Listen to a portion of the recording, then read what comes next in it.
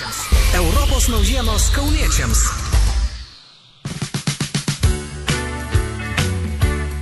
Vis dar 2013, rugpjūčio 16, šiandien penktadienis lygiai 9 valandos, eteryje dar viena laida pavadinimu Europos naujienos kauniečiams. Laida ne apie ką kitą, o apie čia pat, kas vyksta pas mus Europoje, ES teritorijoje.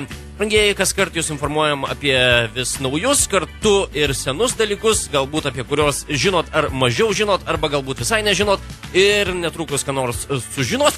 Jau čia viniojau ir užsiviniojau. Žodžiu, esmė tokia, kad šiek tiek reikia plačiau į viską žvelgti, tai mes tą stengiamės jums ir padėti padaryti, o labiausiai jau čia stengiasi tai Europe Direct centras, be kurio turbūt ir nebūtų mūsų. O brangieji, šios laidos tema yra apie EURES tarnybą. Na, aš asmeniškai nieko apie tai nežinau, tad bus įdomu ne tik jum, kurie galbūt ką nors ir nusimano toj srity, tačiau ir man, kur nelabai ką išmanau, tačiau norėčiau tikrai susipažinti ir galbūt dar pasinaudoti, jeigu tai tikrai naudinga ir pravartu. O studijoje svečiuojasi EURES konsultantė Goda Maciulevičienė. Labą dieną. Labą dieną. Paprastas klausimas. Kas yra EURES? Na, tai angliškos frazės European Employment Services, kas išvertus reiškia Europos užimtumo tarnybos trumpinys. EURES tai yra bendradarbiavimo tinklas jungiantis visų ES valstybių, taip pat Šveicarijos, Norvegijos, Islandijos ir Lichtenšteino valstybinės užimtumo tarnybas, bei jų partnerius, profesinės sąjungas, darbdavių asociacijas. Taigi, į EURES tinklą šiuo metu įeina 32 valstybių užimtumo tarnybos. Už šio tinklo koordinavimą yra atsakinga Europos komisija. EURES tinklas įkurtas 1993 metais ir jame šiuo metu dirba daugiau negu 850 EURES konsultantų. Lietuvoje EURES biurai savo veiklą pradėjo 2004 metais, Lietuvai įstojus Europos Sąjungą. Na, tai daugiau ar mažiau šiemet turit didįjį jubiliejų įkurtuvių, o kitamet jau Lietuvoje kažkaip švęsit, ar ne? Taip. Kiek šiuo metu EURES konsultantų dirba Lietuvoje?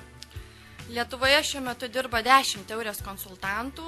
EURES biurai įkurti teritorinėse darbo biržose Vilniuje, Kaune, Klaipėdoje, Šiauliuose, Panevėžyje, Alytuje, Utenoje, Marijampolėje, Plungėje ir Tauragėje. Dar norėčiau pabrėžti, kad EURES neskatina šalies piliečių emigruoti. Šio tinklo užduotis yra pagelbėti tiems, kurie ketina dirbti kitose ES ir ekonominėse erdvės šalyse ir pateikti jiems tinkamą informaciją. Tai žodžiu, žmonės gali kreiptis konkrečiais klausimais dėl visų tų dalykų ir jūs jau atsakysit, ar dar net ir padėsit kažkaip konkrečiai, ar ne? Taip, žinoma. Dar norėčiau kreiptis į visus tuos mūsų klausytojus, kurie mėgsta žaidimus ir mėgsta laimėjimus. EURES biuro konsultantė atsinešė dovanų, jeigu galite tiesiog dabar ištraukite ir parodykit, kas ten per dovanos ir aš visiems paviešinsiu, sudominsiu. Kažkoks įdomus daiktas. Ant lagamino. Tai jeigu keliaujat ir turit ypatingai papildomą bagažą, teko keliauti, kuris buvo pamestas maniškis, tai šitas dalykėlis išgelbėtų, toliau turim ką dar čia. Tai yra dviračiui ant sėdynės apsauga nuo lietaus. Fantastika, dviratininkai, mylėjai, turėtumėte ir jūsų klusti. Ir dar viena graži knygelė, kurią aš turbūt pasimsiu ir jums neduosiu. Žinoma, juokauju. Čia užrašinė, ar ne? Taip, užrašų knygutė. Tikrai verta, gražu, spalvinga, įspūdinga ir jeigu yra susidomėjusių, taigi dėmesio, klausimas, mėlėjai, jums. Reikėtų atsakyti, kas pavaizduota EURES logotipe ir jeigu dar kokiomis spalvomis tas logotipas yra vaizduojamas, tai taip pat tą žinot ir parašykit mums trumpai SMS pranešimą, tol kol mes čia bendraujam su konsultante 1390, mūsų trumpasis SMS pranešimams skirtas numerėlis, įrašykite žodelį tau ir tuomet jau jūsų atsakymas, kas pavaizduota EURES logotipe ir kokiomis spalvomis. Bandysim jau kažkaip išrinkti tą žmogų, kuris bus arčiausiai tiesos, o jeigu nei vienas nebus arčiausiai tiesos arba apskritai į tą pusę net nepataikys, tai jau vėliau kažkaip kitaip išspręšim šią problemą ir šios puikios dovanos, kurios šiuo metu yra studijoje, keliaus jums ir galėsite jau vienaip ar kitaip pasidžiaugti šios dienos penktadieninių laimėjimų. Taigi klausimas, kas pavaizduota EURES logotipe, numeris 1390 ir jūsų teisingi atsakymai keliauja čia, tol kol mes bendraujam. O dabar grįžtam prie EURES reikalų ir norėčiau klausti jūsų, kokias paslaugas teikia EURES biurai. Eures konsultantai informuoja, konsultuoja ir pataria apie darbo galimybės, gyvenimo ir darbo sąlygas Europoje, suteikia informaciją apie laisvas darbo vietas, informuoja apie situaciją kitų šalių darbo rinkoje, darbo užmokesčio bei mokesčių dydžius tose šalise. Taip pat konsultuojame, kaip parengti gyvenimo aprašymą, suteikiame informaciją apie kvalifikacijos pripažinimo procedūras, privalomas darbo sutarties sąlygas, informuojame apie bedarbio pašalpos eksporto galimybės į kitas šalis, tarpininkaujame dėl stažo patvirtinimo iš kitų šalių. Be to teikiamos konsultavimo paslaugos darbdaviams, Lietuvos darbdaviams, kurie ieško darbuotojų kitose valstybėse narėse, bei kitų valstybių darbdaviai, kurie ieško darbuotojų iš Lietuvos. Atlikdami savo pareigas ir Eures tarnybos darbuotojai bendrauja ir keičiasi informaciją ir su kitų šalių Eures konsultantais. Rengiame darbo atrankas, įvairias muges, informacinius renginius, lankstinukus gaminame. Taip pastaraisiais metais turbūt darbų daug turite, aš taip jau paprastai paklausiu. Taip, tikrai netrūks. Kam iš esmės yra skirtos jūsų paslaugos? Na, ar bet kuris žmogus, norintis rasti darbą užsienyje, gali ateiti ir kreiptis, sakyti, noriu dirbti, noriu daug pinigų, padėkit man. Na, mūsų paslaugos skirtos ieškantiems darbo ir tikrai nebūtinai registruotiems darbo biržoje asmenėms, kuriuos domina darbo galimybės, gyvenimo sąlygos kitose šalise, bei darbdaviams, kurie nori samdyti darbuotojus iš užsienio šalių. Visos Eures paslaugos yra nemokamos. Taigi, Europa suteikia didelės įsidarbinimo galimybės. Darbo ieškantiems asmenims tai yra šansas įsigyti daugiau darbo patirties, pagilinti žinias, patobulinti įgūdžius. Darbdaviams tai platesnės galimybės tiesiog pasirinkti darbuotojus. Ypač naudinga ieškant tam tikros profesijos žmonių, kurie jie negali, tarkim, rasti savo šaly. Ypač, manau, Lietuvoje tai naudinga tarptautinėms įmonėms. Kurių pamažu vis daugėja, tenka pastebėti tendenciją. Kur galima rasti informaciją apie laisvas darbo vietas, gyvenimo, darbo sąlygas kitose šalyse, na, ar būtina ateiti į Eures biurus? Pagrindinė informacijos sklaidos priemonė yra internetas. Taigi norėčiau pristatyti Europos darbo mobilumo portalą, kurio internetinis adresas yra www.eures.europa.eu. Informacija šiame portale yra suskirstyta į 4 duomenų bazės. Viena iš jų tai informacija darbo ieškantiems asmenims. Čia jūs galite ieškoti laisvų darbo vietų bei pasiūlymų pagal savo turimą kvalifikaciją ir galite rinktis šalį, kurioje norite dirbti. Taip pat galima įvesti savo gyvenimo aprašymą CV į gyvenimo aprašymo duomenų bazę. Toliau yra duomenų bazė skirta darbdaviams, kur jie gali peržiūrėti jau suvestus gyvenimo aprašymus. Na ir dar 2 duomenų bazės, tai informacija apie gyvenimo ir darbo sąlygas, darbo rinką bei informacija apie mokymosi galimybes. Šis skiltis skirta asmenims, kurie ketina studijuoti užsienyje. Taip pat portale yra informacija ir apie Eures valstybių užimtumo tarnybas ir Eures konsultantus, kurių galite rasti tiesiog kontaktinius duomenis. Informacijos visada galite ieškoti ir Lietuvos darbo biržos tinklapyje adresu www.ldb.lt/Eures. Tai puslapis, kuris skirtas asmenims, kurie nori atvykti gyventi ir dirbti į Lietuvą, bei Lietuvos gyventojams, kurie nori išvykti dirbti ir gyventi kitose ES ir ekonominės erdvės valstybėse. Čia taip pat rasite informaciją apie Eures tinklą Lietuvoje, CV duomenų bazės, paskelbtas darbo vietas tiek Eures tinkle, tiek Lietuvoje. CV rašymo pavyzdžius galite pasižiūrėti, bei informaciją apie gyvenimo ir darbo sąlygas kitose valstybėse. Be to visada galite tiesiogiai kreiptis į savo teritorinės darbo biržos Eures konsultantą. Aš vietoje dar pakartosiu internetinio adreso vardą. Tai www.eures.europa.eu, dar kartelį www.eures.europa.eu, dabar jau tikrai niekas nepasimes. Ir jeigu ten kas konkrečiau domina, brangiai užsukit ir sužinosit viską, ko reikia, o galų gale ir atsakysit į mūsų šios dienos klausimą, kuris skamba taip, kas pavaizduota Eures logotipe ir kokios spalvos yra vyraujančios.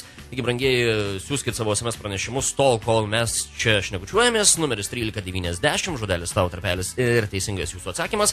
Kol kas, matau, dėja, šaunuoliai šaudot pro šalį, pasistengit, šiek tiek pasukit galvą, kasgi ten pavaizduota Eures logotipe. Internetinį adresą turit, blogiausiu atveju greitai, su visais smartfonais, susižiūrit ir rašo teisingus atsakymus ir laimit 3 gerus dalykus: dviračio neperšlampamą sėdynę, čia aktualu dviratininkam ir tiems, kurie prijaučia šitam sportui ir pramogai, taip pat keliaujantiems, tai ant lagaminų toks jau specialinas su savo vardu galėsit jau pasižymėti, toks ženkliukas, kad nepasimestų, jeigu kur nors emigruojat arba tiesiog keliaujat. Na ir žinoma, užrašų knygutė, kurios jums atiduoti nenorėčiau, bet toks etiketas, reikia taip daryti. Tai visi šie 3 prizai keliaus vienam iš jūsų, kuris teisingai atsakys į užduotą klausimą, kas pavaizduota Eures logotipe. Šiandieną studijoje svečiuojasi Eures konsultantė Goda Maciulevičienė ir kalbame apie Eures tarybos veiklą čia Lietuvoje ir visoje Europos Sąjungoje, o atėjo metas trumpai pertraukėliai, po kurios toliau pasikalbėsim. Europos naujienos kauniečiams. Europos naujienos kauniečiams. Eteryje radio laida Europos naujienos kauniečiams ir šiandien laidos tema yra apie Eures veiklą. Pagrindinę veiklą kaip ir išsiaiškinom prieš muzikinę pertraukėlę, o dabar dar norėčiau klausti Eures konsultantės Godos Maciulevičienės, dėl kokių kitų klausimų kreipiasi pas jos klientai. Lietuvos darbo birža ir teritorinės darbo biržos sprendžia su nedarbo draudimo sritimis susijusius klausimus ir išduoda bei užsako iš kitų šalių taip vadinamas U serijos formų pažymas. 2 pagrindinės formos, kurias mes užsakome ar išduodame, yra šios. Tai yra U1 formos pažyma dėl nedarbo draudimo stažo sumavimo, tai pažyma patvirtinanti nedarbo draudimo ir darbo laikotarpius įgytus kitoje šalyje, bei U2 formos pažyma, tai bedarbio pašalpos eksportas į kitas šalis. Todėl žmonės, kurie nori, kad būtų pripažintas jų nedarbo socialinio draudimo stažas įgytas kitoje valstybėje narėje, ar pageidauja, gaudami nedarbo socialinio draudimo išmoką, ieškotis darbo kitoje valstybėje narėje, gali kreiptis į Eures konsultantus teritorinėse darbo biržose. Tai paprastai kalbant, klausytojams gali būti sunkoka suprasti, bent jau man asmeniškai, tai tikrai gal čia kiek aiškiau galėtumėt paaiškinti šitus reikalus. Taip, galėčiau tiesiog pasakyti pavyzdį. Lietuvos, tarkim, pilietis dirbo Airijoje, vėliau grįžo į Lietuvą ir dirbo joje. Netekęs darbo Lietuvoje užsiregistravo teritorinėje darbo biržoje. Tam, kad būtų jam skirta nedarbo socialinio draudimo išmoka, asmuo turėjo būti dirbęs bent 18 mėnesių per pastaruosius 36. Tarkim, šiuo atveju asmens nedarbo draudimo stažas Lietuvoje yra tik 10 mėnesių. Tačiau asmuo pateikia mums pažymą U1 formą, kurioje yra nurodyta, kad Airijoje jis yra dirbęs dar 10 mėnesių per paskutinius 36. Tada sudėję nedarbo draudimo laikotarpius įgytus Airijoje su įgytais Lietuvoje, paaiškėja, kad bendras asmens stažas yra pakankamas gauti bedarbio pašalpai. Tačiau jeigu asmuo U1 formos nepristato, jis gali teritoriniai darbo biržai pateikti dokumentus susijusius su darbu kitoje valstybėje ir tada įstaigos gali pačios susisiekti tarpusavyje dėl duomenų gavimo. Tačiau noriu atkreipti dėmesį, kad tokiu atveju šių duomenų gavimas gali užtrukti tikrai ilgiau, netgi kelis mėnesius. Todėl dėl U1 formos pažymos patartina kreiptis žmonėms dar neišvykus iš to šalies. Na, čia daugiau ar mažiau viskas aišku, kam mažiau viskas aišku, galės bet kada pasidomėti atkeliavę pas jūs, ar tiesiog internete pasiskaitinėje, ką U2 formos pažyma reiškia. Asmuo gaunantis bedarbio pašalpą vienoje iš valstybių narių turi teisę išvykti ieškoti darbo į kitą valstybę narę ir šiuo paieškos laikotarpiu toliau gauti bedarbio pašalpą, tai yra ją eksportuoti, perkelti.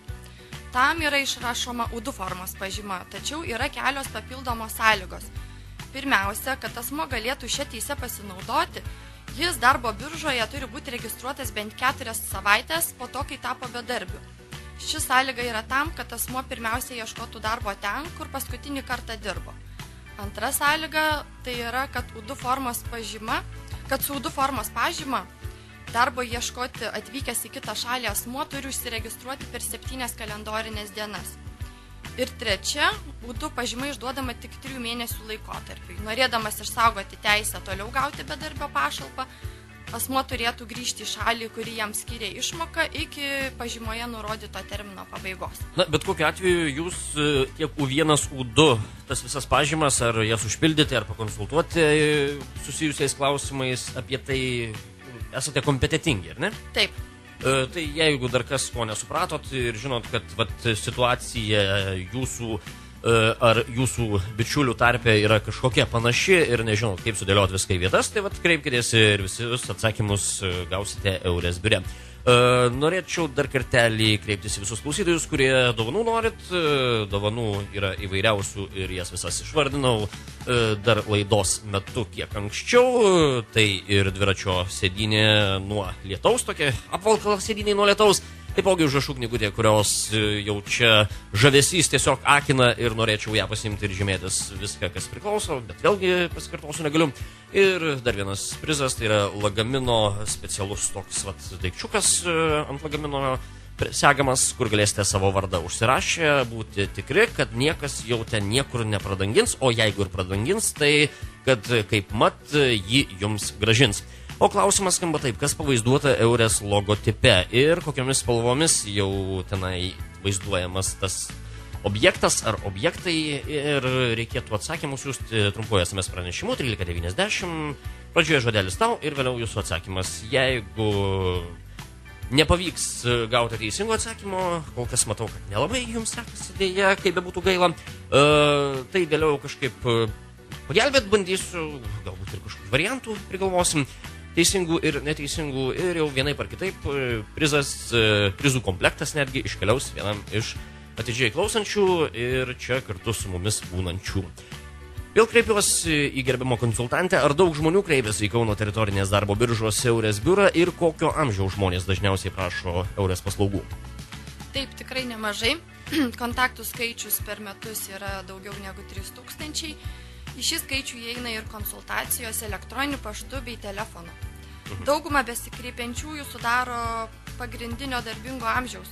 Tai yra maždaug nuo 25 iki 50 metų amžiaus asmenys. Vasaros mėnesiais pastebėtas didesnis jaunų žmonių aktyvumas dėl darbo paieškos užsienyje. Šie žmonės dažnai ieško sezoninių darbų galimybių. Manau, kad šios tendencijos susijęs su studentų vasaros atostogomis. Ar yra sezoninio darbo galimybių užsienyje apskritai? Daugiausia sezoninio darbo pasiūlymų šiais metais pateikė Jungtinės karalystės darbdaviai. Tai dažniausiai žemės ūkio darbininkams, pakuotojams, spaustuvės sandėlio darbininkams. Danijoje ir Nyderlanduose buvo siūlomos pozicijos braškių, aviečių rinkėjams, kitiems žemės ūkio darbininkams. Italijoje animatoriams, padavėjams, sporto ir kitokių vaikų renginių organizatoriams, Švedijoje braškių rinkėjams, miško darbininkams. Be to, su Vokietijos valstybinė užimtumo tarnyba Lietuvos Eures konsultantai bendradarbiavo studentų įdarbinimo vasaros atostogų metu programoje. Kokios profesijos šiuo metu yra pačios paklausiausios? Daugiausiai besikreipiančiųjų dėl darbo užsienyje nurodo, kad ieško darbo Norvegijoje ir kitose Skandinavijos šalyse. Eures Lietuva skelbiamuose darbo pasiūlymuose Norvegijoje šiuo metu siūlomi darbai dažniausiai tam tikros kvalifikacijos darbuotojams, tai yra elektrikams, elektros inžinieriams, vadybininkams, yra suši meistrui, slaugytojams, radiologams, mamografams. Beveik visos šios pozicijos reikalauja labai gerai mokėti anglų arba skandinavų kalbą, turėti atitinkamos darbo patirties ir kvalifikaciją patvirtinančius dokumentus. Slaugos darbai yra šiuo metu populiariausi tarp Eures skelbiamų darbo pasiūlymų. Šiuo metu turime slaugos darbuotojams pozicijas Norvegijoje ir Vokietijoje. Didesnės galimybės rasti darbą kitoje šalyje taip pat turi įvairių sričių inžinieriai, statybos darbininkai, elektrikai ir vairuotojai. Mane sudomino pozicija suši meistrui, tai aš kažkaip jau netgi ir peržvelgiau savo biografiją, neblogai aš ten susitvarkau valgydamas juos, tai dar jeigu už tai ir pinigus mokėt, kodėl ne? Žinoma, juokauju. Ar galite papasakoti apie programą Tavo pirmasis Eures darbas? Taip, tavo pirmasis Eures darbas tai yra tikslinė judumo iniciatyva, kuria siekiama padėti jaunimui rasti darbą, o darbdaviams rasti darbuotojų bet kurioje iš ES valstybių narių. Ši programa tai yra vienas pagrindinių strategijos Europa 2020 veiksmų, kuriuo siekiama spręsti jaunimo nedarbo klausimą ir padidinti jaunimo darbo jėgos judumą. Projekto Tavo pirmasis Eures darbas 2012-2013 metų tikslas tai yra padėti bent 5000 žmonių užimti laisvas darbo vietas visoje Europos Sąjungoje. Jis pradėtas vykdyti 2012 metais. Šiame projekte dalyvauja tik dalis užimtumo tarnybų ir siūlomas ribotas skaičius darbo vietų. Tačiau ateityje šis projektas gali tapti Eures, Europos užimtumo tarnybų tinklo, kuris jau dabar padeda žmonėms rasti darbą užsienyje veiklos dalimi.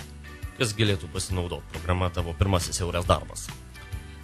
Tai programa skirta jaunimui nuo 18 iki 30 metų ir taip pat visoms ES valstybėse narėse teisėtai įsteigtoms mažoms ir vidutinėms įmonėms, kurios turi nedaugiau negu 250 darbuotojų. Programos Tavo pirmasis Eures darbas tikslas padėti jaunimui rasti konkretų darbą, o darbdaviams rasti darbuotojų, kurių jie negali rasti vietos, regiono ar nacionalinių lygmenių. Projektas gali padėti gauti finansinę paramą vykstant į pokalbį dėl darbo ir arba persikeliant į užsienį įsidarbinus. Tačiau darbas turi būti siūlomas kitoje ES šalyje, nei darbo ieškančio jaunuolio gyvenamoji šalis. Jaunuoliui turi būti mokamas darbo užmokestis ir sutartis turi būti sudaroma netrumpesniam negu 6 mėnesių laikotarpiui.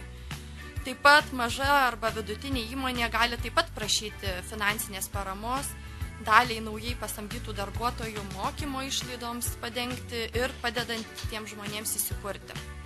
Daugiau informacijos apie šią programą galite rasti visuose Eures biuruose Lietuvoje bei internetiniuose Eures puslapiuose www.lt/eures bei Eures portale www.eures.europa.eu. Ir dar vienas toks nesminis klausimas, kažkaip pamiršom, kurgi yra Eures biuras Kaune? Eures biuras yra Kauno teritorinėje darbo biržoje, kurios adresas yra Ožeškienės gatvė 37, o Eures biuro kabinetas yra 209.